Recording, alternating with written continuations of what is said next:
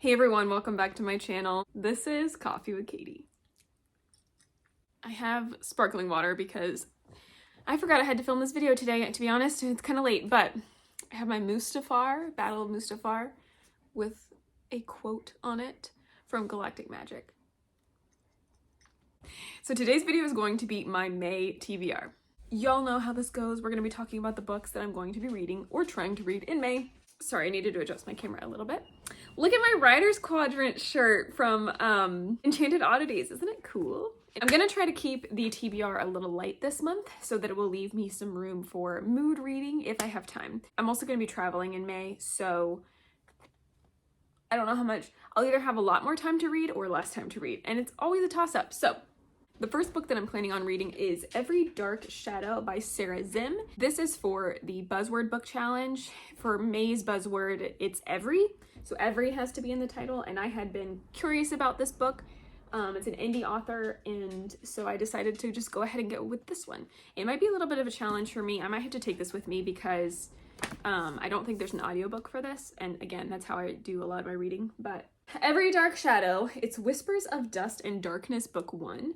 And on the top it says Rebellion is Stirring. I don't remember everything about this, but it's an orphan turned fugitive, and her memories and magic have been locked away for years to keep her safe from the Grey King, because he's constantly hunting sources of pure magic that vanished with Ophelia, this orphan.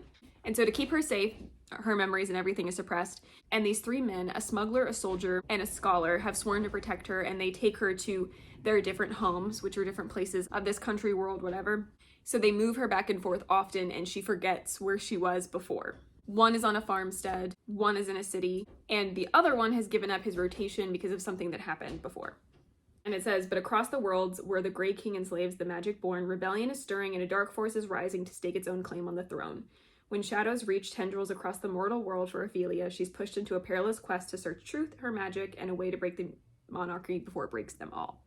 It sounds interesting and kind of different, so I'm curious about it. Hopefully it is good. But that's the first one. The second one I would really like to read is A Tempest of Tea by Hafsa Fazail. This was an anticipated release of mine. It came out in February, I believe. I just haven't gotten to it yet, but I would love to get to it in May. And essentially it is a mixture between Peaky Blinders and Six of Crows, I think is the pitch. But she runs a tea house, and at night it moonlights as a blood bank for vampires, or a blood service for vampires.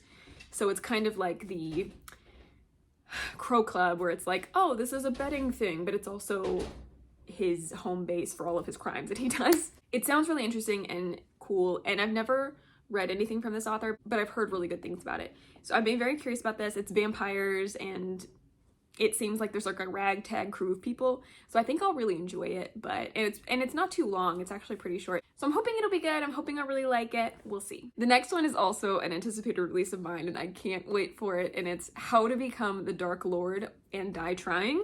That always throws me off because I think it's or die trying, but it's and die trying by Django Wexler. And this just seems like a really funny, adventurous type book.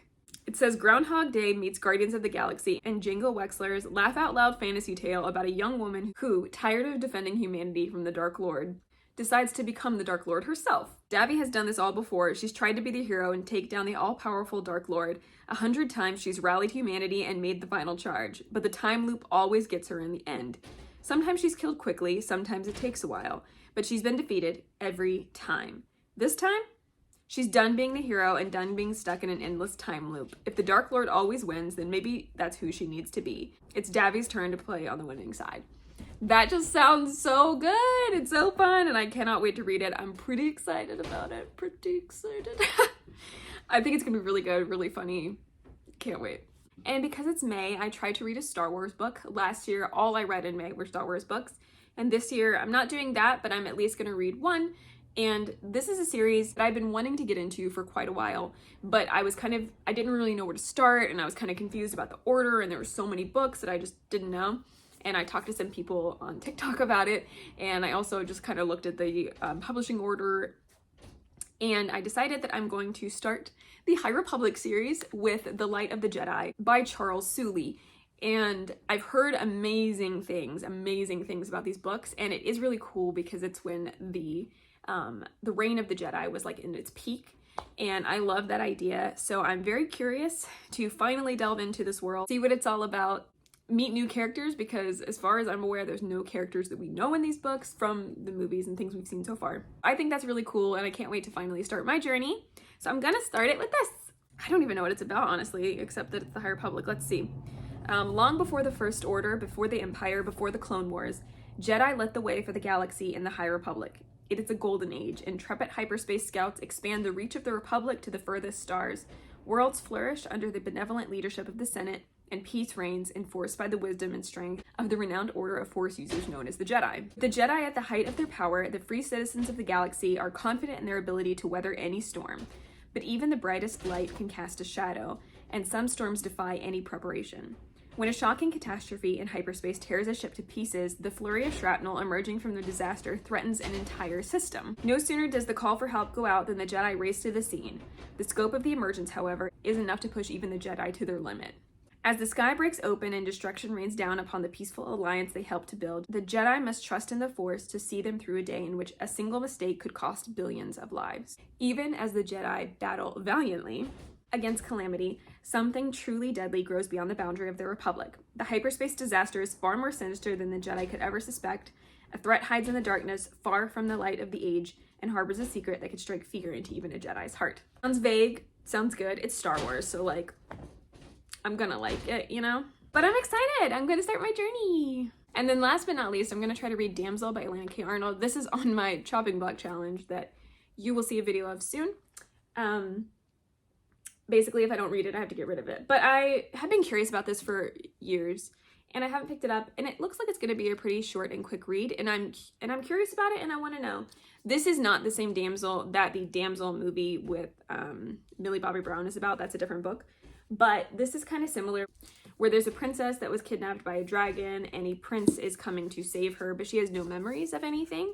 So she doesn't know why she's being saved, and you don't and it sounds like you don't really know who the villain is, if it's the dragon, if it's the prince, or what's going on. You know, the whole ritual is the prince slays the dragon, rescues the damsel, and she becomes his bride. But when the princess wakes up in the arms of a prince and has no memory of what's been happening, or what she experienced when she was in the dragon's lair, and the prince is telling her this story, she doesn't know if it's true, she doesn't know if it's a lie, and as she's taken back to this kingdom, she realizes that everything is not what it seems, and maybe that the greatest threat is actually in front of her. So it sounds interesting and mysterious and fun. So I would like to get to that because it does sound good, and I would like to give it a shot. Well, those are all of the books that I'm planning on reading in May. There may be more, there may be different ones. We will see. I'm kind of leaving it up in the open, but I know that May is going to be pretty busy, so I'm trying not to overload myself that month. But I am excited to continue this reading year. It's been a pretty good year. I've been quite ahead of my goal and reading a lot more than I usually do, which is exciting. Hopefully we can keep it going and have a fun time. I would love to know what you're planning on reading in May, so please comment down below. But as for now, that is it for today's video. Please like this video if you liked it, subscribe if you want to, and I will see you next time. Stay safe and caffeinated. Bye.